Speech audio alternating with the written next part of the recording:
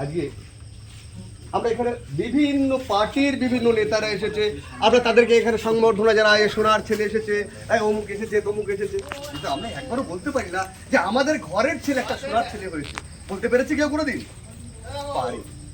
বিভিন্ন পার্টি আমরা দেখেছি, সিপিএম দেখেছি, কংগ্রেস দেখেছি, টিএমসি দেখেছি, অনেক বড় বড় নেতারা, বড় বড় ঘরের ছেলেরা তারা নেতা হয়ে এসেছে। আমাদের কথা বলতে পারি, তাদের কাছে আমরা যেতে পারি, দূরে থেকে আমাদের ভাব, আমাদের কথাটাকে ব্যক্ত করতে চেষ্টা করেছি, কিছুটা পৌঁছেছে তাদের কাছে, কিছুটা পৌঁছাই।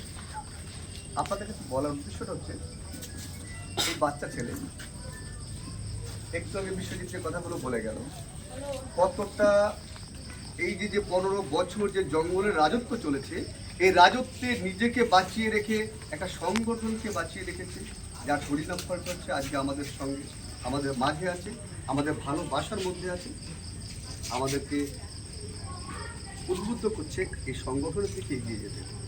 আমরা চাইব আমাদের ঘরের ছেলে, আমাদের সোনার ছেলে, এই যেন আমাদের এই এলাকাটাকে, আমরা আজকে বস্তি আছি, আমাদের অনেক প্রবলেম রয়েছে। আজকে একটু আগে বলে গেল 7 মাস হয়ে গেল এখানে পুড়ে গেছে। আমরা মানুষ নই, আমরা যেখানে আমরা যারা বসবাস করছি, সাধারণভাবে একটা বাড়ির কুকুর যদি অসুবিধায় পড়ে তাদেরকে হাজার হাজার টাকা খরচা করে ভদ্রলোকেরা বড় বড় হসপিটালে, বড় বড় জায়গায় চিকিৎসা করায়, অথচ এত মানুষ এখানে পুড়ে গেছে, যে কোনোভাবে হোক পুড়ে তো গেছে, তারা তো মানুষ। তারা এই গরমের ভিতরে, যেখানে 45 ডিগ্রি 47 ডিগ্রি গরম চলছে সমস্ত কলকাতায়, মানুষ এসির ভিতরে বসবাস করতে পারছে না, সেখানে যদি কারেন্টটা না থাকে তাদের সমস্যা একটু যদি ব্যবস্থা করে দিয়ে যেতে পারতো, কেন করেনি? শুধু ভোটের রাজনীতি করে গেছে, আর এই দলিত তৈরি করার রাজনীতি করে গেছে। যাই হোক, বেশি সময় নেব না। আমরা সকলে চাইব নোনাডাঙ্গা থেকে আজকে আমাদের সোনার ছেলে, সে আজকে সভাপতি হয়েছে এসসি মোর্চা, আমরা চাইব আমাদের এখান থেকে আরও ভালো ভালো ছেলে উঠে আসুক, তারা প্রত্যেকে আমাদের এই রাজ্য রাজনীতিতে, এই যুব রাজনীতিতে, এই আরএসএস বিজেপি এদের সংগঠনের মধ্য দিয়ে আমাদের সকলকে উদ্বুদ্ধ করুক। এবং আমরা চাইব যে আমাদের ছেলেপেলেগুলো মানুষ হতে পারে এদের মাধ্যমে, যারা আজকে ছোট্ট ছোট্ট পদা পায়ে পায়ে এগিয়ে চলেছে, এদের দিয়ে আমাদের কথাগুলো আমরা ওই মুহূর্তে পৌঁছাতে পারি, প্রত্যেকের সুবিধা অসুবিধাটা আমরা এদের মাধ্যমে পৌঁছে দিতে পারি।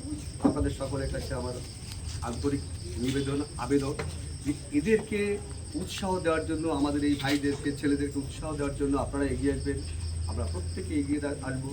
এবং আমাদের কর্তব্য হবে, আমরা যদি এদের পিছনে দাঁড়িয়ে থাকি, এরা হচ্ছে আমাদের সামনের মুখ, আমরা যদি পিছনে থাকি তাহলে এরা অনেক দূর এগিয়ে যেতে পারবে। আমরা যদি পিছন থেকে সরে যাই তাহলে এদের এগোনোটা কমে যাবে, কারণ এরা বস্তির ছেলে, এ ভদ্র ছেলে নয়।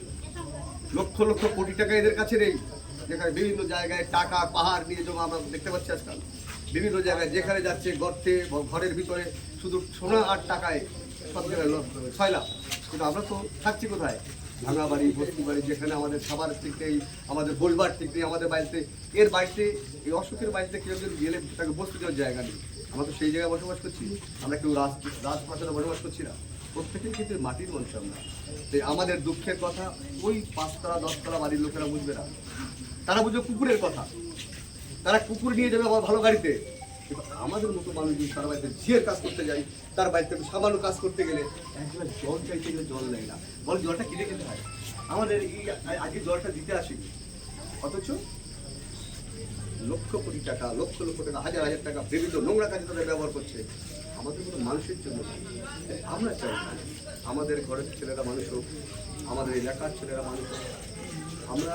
আমি বান্ধব জনসভাদের প্রাক্তন সেক্রেটারি ছিলাম, আমরা এখানে সার্ভে করেছি। আমি যখন সার্ভে করেছি 15 সালে, এই সমস্ত জায়গায় সার্ভে করে আমরা দিয়েছিলাম, আমরা প্রায় তখন সেই সময় কথা বলছি 15 সালে আমরা প্রায় 32,000 লোক এখানে বসবাস করছি। আমরা বারবার পিটিশন করেছিলাম, তখন আমাদের অনেক কিছু ছিল না এখানটায়, কিছু হয়েছে, এখন কিছু হয়নি। তো আমাদের পিটিশনগুলো আমরা ঠান্ডা করে জমা দিয়ে রাখি। কারণটা হচ্ছে কি, যখন এখান থেকে 10 জন লোককে আমরা ডাকতাম, পেতাম না, কারণ বান্ধব জনগণ কী করতে পারবে, ওদের সঙ্গে যে কী হবে, মার খাবো আমরা। কয়েকবারে রুবিতে আমরা ঘেরাও করেছি, অনেকে আমার এখান থেকে অনেক পুরোনো কর্মীরা আমাদের সাথীরা ছিল এই এখানে, তখন বিভিন্ন রকম পার্টি করতো, অনেকে গেছে অনেকে যায়নি।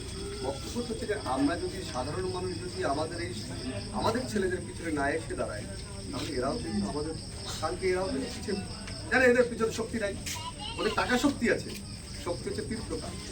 আমাদের এক জনবল, এক অর্থবল, এক বুদ্ধিবল, তা আমাদের কিছুই নেই। না যদি জনবল থাকে, না যদি বুদ্ধিবল থাকে, না যদি অর্থবল থাকে, তার কি নিয়ে আমরা লড়াই করবো? লড়াই তো করতে হবে আমাদেরকে। আমরা গরিব মানুষ, তাহলে আমরা কি করতে পারি? আমরা মাঠ ভরাতে পারি। ভদ্রলোকেদের টাকা আছে, বুদ্ধি আছে, আমাদের দুটো পুরোটাই। আমাদের কি আছে? ব্রিগেডে যখন সিপিএম বা টিএমসি যখন মিটিং থাকে, লক্ষ লক্ষ লোক ওখানে হয়, তারা হয়। আমরা আজ পর্যন্ত দেখেছি কোনো 10তলা 5তলা 6তলা বাড়ির লোকেরা ওখানে গিয়ে ভিড় করেছে? হ্যাঁ, তারা ভিড় করেছে। তখন তারা গাড়ি দিয়ে ওখান থেকে সেলফি তুলতে যাচ্ছে।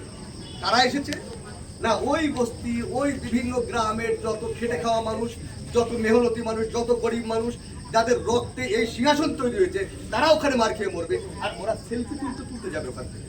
তারা হচ্ছে আমরা, গ্রামের মানুষ যারা না খেয়ে মরছে, ধান চাষ করছে। 1 বস্তা ধান চাষ করতে তাদের খরচা হচ্ছে 1100 টাকা, যখন সরকার নিচ্ছে সেটা হচ্ছে 1000 টাকায়। বলে না বিক্রি পাচ্ছে না, কি করবো, 100 টাকা গাছ থেকে দিয়ে। তবুও ওই চাষিকে ধান চাষ করতে হবে কেন? কারণ তাকে তো নিজের খাবারটা করতে হবে, জোগাড় করতে হবে। 100 টাকা লচও তারা করবে বাধ্য হয়ে, সেই লোকগুলো আসবে এখানে মাঠ ভরাতে। কিন্তু যে মানুষগুলো যারা আজকে ওই সোনার চেয়ারে বসবে, যারা আজকে এই সারা ভারতবর্ষের ছড়ি ঘোরাবে, পশ্চিমবঙ্গের ছড়ি ঘোরাবে, তারা কিন্তু কখনোই এই কাজগুলো করবে না। তাদের ছেলে মেয়ে বউ তারা কেউ মিটিংয়ে যাবে না, যাবো আমরা। তাই আমরা চাইবো, আমার ব্যক্তিগত মত, আমি সবাইকে বলবো, আমরা আমাদের এই সন্তানদের, আমাদের ভাইদের পিছনে থাকলে আমরা জনবল, অর্থবল দিয়ে, বুদ্ধিবল দিই, আমরা জনবলে এদেরকে এগিয়ে নিয়ে যাবো, এই বলে আমি আমার